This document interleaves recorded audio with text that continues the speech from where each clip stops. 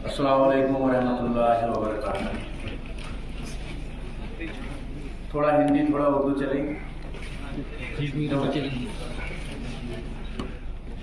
मंच पे विराजमान सुधांशु माथुर जी, संपत सारस्वत जी, हमारे यूथ प्रेसिडेंट डॉक्टर बिलाल रसूल साहब और बाकी मेरे बहुत ही प्यारे प्यारे प्यारे प्यारे साथियों, मेरे प्यारे भाइयों और मेरी प्यारी बहनों, आज इस यात्रा को हमने 1 तारीख से शुरू किया था शिकारा रैली से। आप सब लोगों ने सुना होगा। ये एक थॉट दिल्ली में बैठे बैठे आया कि जब मुझे सैल्यूट तिरंगा का प्रदेश अध्यक्ष यानी प्रेसिडेंट बनाया गया, तो मैं सुधांशु जी और संपत जी बैठे हुए थे ऐसे ही, तो बोले कश्मीर के लिए कुछ नया करते हैं। दर्द तो खैर मैं कश्मीरी होने के नाते बहुत है इस सीने में, कभी बयान नहीं कर पाया, ना कोई ऐसा मंच मिला, ना कभी मैंने कोशिश की। लेकिन मंच मिलना और कोशिश करना ये 2 अलग अलग चीजें हैं। मैंने कोशिश शुरू की, मंच बाद में ढूंढा। व्यवस्थाएं बहुत सारी थी मेरे पास, लेकिन मैंने उन व्यवस्थाओं का इस्तेमाल नहीं किया। आज इस यात्रा के 13वें दिन में जो मुझे अब कहना चाहिए, क्योंकि ये आखिरी आयाम पे है, कल और परसों 15 अगस्त है और 15 अगस्त के दिन इसका आयाम होगा। इस यात्रा से बहुत कुछ सीखने को मिला। नए लोग जुड़े। मेरी प्यारी बहन एक जलिया जी बैठी हुई हैं। शुरू में मैंने इनको क्योंकि मैं जानता था इनको, दिल्ली में मुलाकात हुई और इन्होंने इस तरीके से मेरा स्वागत किया कि जो एक थोड़ा सा वो रहता है ना मन में कि यार मैं कश्मीर जा रहा हूँ तो पता नहीं क्या होगा क्या नहीं होगा। एक साइकोलॉजिकल इफेक्ट है जो हमारे जहनों में भरा गया है। लेकिन इनकी बातों से मुझे बहुत एनर्जी आई और हम लोगों ने तय किया कि हम लोग एक यात्रा का आयोजन करते हैं।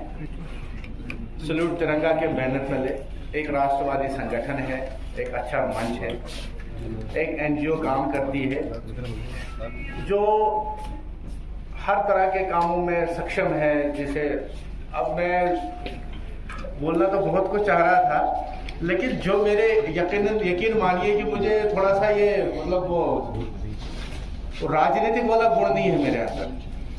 मैं जो भी बोलता हूँ दिल से बोलता हूँ, लेकिन सुधांशु जी ने, संपत जी ने और भाई साहब आपने जो है ना वो सब कुछ बता दिया जो मुझे बताना था।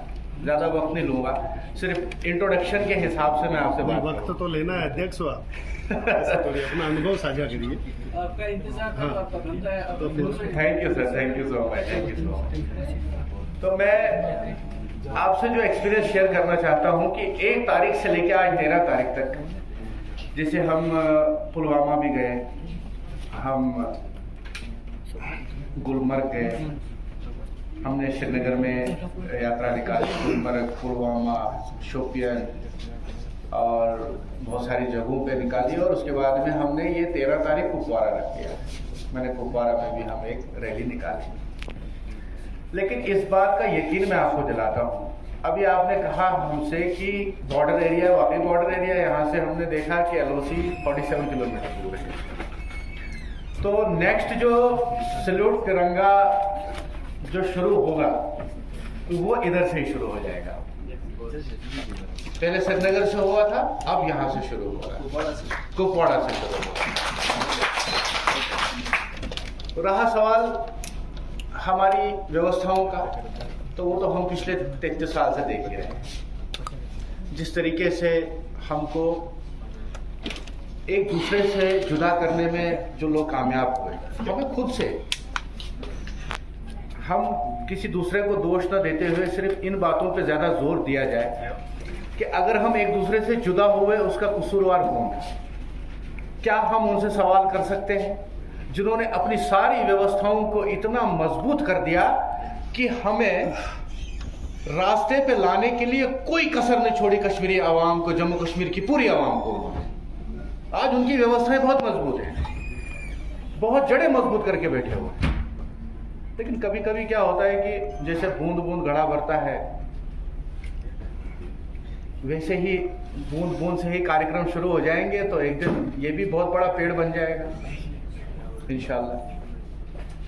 राहत इंदौरी का शेर एक याद आ रहा है कि कश्ती तेरा नसीब चमकदार कर दिया, उस पार के थपेड़ों ने इस पार कर दिया। आज जम्मू कश्मीर के वाकई में जो मोहब्बत और शफकत जो इस तिरंगे के प्रति मैंने देखी है,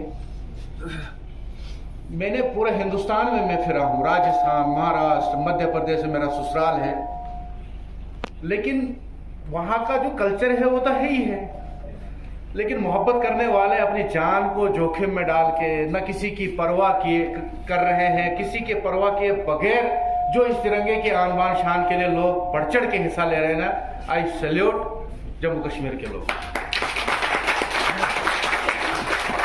बड़ी खुशी हुई।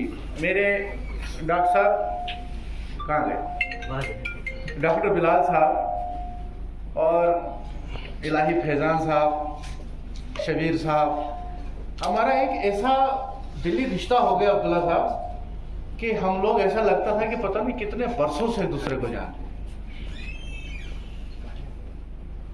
दिल को दिल से राह होती है।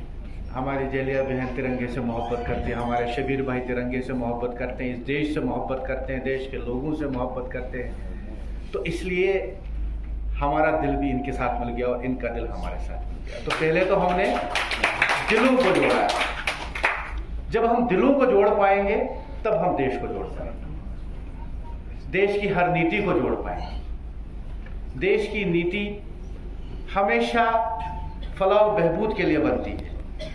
देश का प्रधान हमेशा अपने देशवासियों के लिए भला चाहता है, लेकिन एक चीज जो है बहुत खटकती है मुझे हमेशा और हर बार,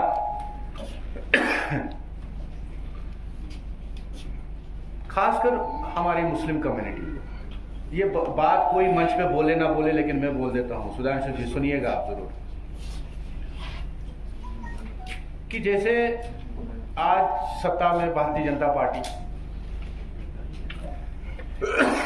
राष्ट्रवादी संगठन है, कहते हैं कि मुसलमानों की दुश्मन, ऐसा हमने सुना सोशल मीडिया के माध्यम से, लेकिन ऐसा नहीं है। मैं इस चीज को बहुत अच्छे से समझने की कोशिश कर रहा था, जब से 9 साल हो गए सरकार को, समझने की कोशिश कर रहा था कि मुसलमानों की दुश्मन कैसे हुई, क्या ऐसी नीतियां सरकार ने लागू कर दी जो मुसलमानों के विरुद्ध हो रही हैं, इस कौम के विरुद्ध हो रही हैं। आज मैं कहता हूं कि इस सरकार की बदौलत ही जम्मू कश्मीर में विकास हो रहा है। बाकी तो यहां हर नौजवान अपनी मंजिल को ढूंढने के लिए या तो खुदकुशी करता था या तो उसको गोली लग जाती थी। बड़ी तकलीफ उठाई यहाँ के नौजवानों ने। सरकार किसी के खिलाफ नहीं होती, सरकार के खिलाफ लोग हो जाते हैं। जिनको उनकी नीतियां पसंद नहीं आती है, वो सरकार में बैठने के लिए उनकी बनाई हुई नीतियों को गलत साबित करने के लिए अपने अपने पैर जमाने की कोशिश करती है।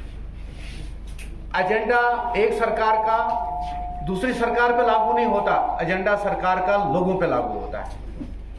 और 140 करोड़ देशवासियों पे सरकार पूरे निरंतर तरीके से काम कर रही है। कहीं से कहीं तक ऐसा नहीं लग रहा है कि जम्मू कश्मीर में कुछ अलग ही व्यवस्थाएं हैं, पंजाब में कुछ अलग व्यवस्थाएं हैं, दिल्ली में कुछ अलग व्यवस्थाएं हैं। सरकार जो दे रही है सबको बराबर दे रही है। तो एक ये सरकार के खिलाफ एजेंडा चलता है ना, इससे भी बड़ी नफरत हो जाती है। खैर, सरकारें जो कर रही हैं, करती रही हैं, आगे भी करती रहेंगी, लेकिन हमारा एक एजेंडा है दिलों को दिलों से जोड़ना, एक युवा को दूसरे युवा से जोड़ना। चैलेंजिंग बहुत है और हम इस चैलेंज को पूरा करने के लिए इंशाल्लाह रहमान जब तक हमारी ज़िंदगी है तब तक काम करते रहेंगे। और सबसे बड़ी बात मैं राहुल साहब आपसे भी कहूँगा, डॉक्टर साहब से भी कहूँगा कि कुपवाड़ा से हम दिलों को जोड़ने के लिए और कुपवाड़ा से ही हम एक नए इनकलाब और एक नई व्यवस्था का इंतज़ाम करें। आप यहाँ के युवाओं के साथ बात कीजिए, युवाओं को अपनी तरफ लाइए, युवाओं के दिलों में घर कीजिए, युवाओं की समस्याओं को सुनिए, उन समस्याओं का समाधान इंशाअल्लाह रहमान ज़रूर होगा। अगर हम सरकार का संवाद में एक माध्यम बन सकते हैं कि सरकार के साथ संवाद करने के लिए अगर सैल्यूट तिरंगा एक माध्यम बन सकता है, तो उस माध्यम के द्वारा हमारे युवाओं की समस्याओं का भी समाधान हो सकता है। तो हम ये समाधान ढूंढ रहे हैं और इस समाधान पे काम करेंगे। आपका बहुत समय लिया, बहुत बहुत शुक्रिया आपका। अब मेरे पास कुछ अल्फाज बचे नहीं, संपत जी ने भी कह दिया, सुधांशु जी ने भी कह दिया, और सबसे बड़ी अच्छी बात आपने कह दी कि सारे जहां से अच्छा हिंदुस्तान हमारा, हम बुलबुले हैं इसकी, ये गुलसिता हमारा। इसी के साथ मैं अपने अल्फाजों को विराम देते हुए आप सबसे विदा लेता हूँ। बहुत बहुत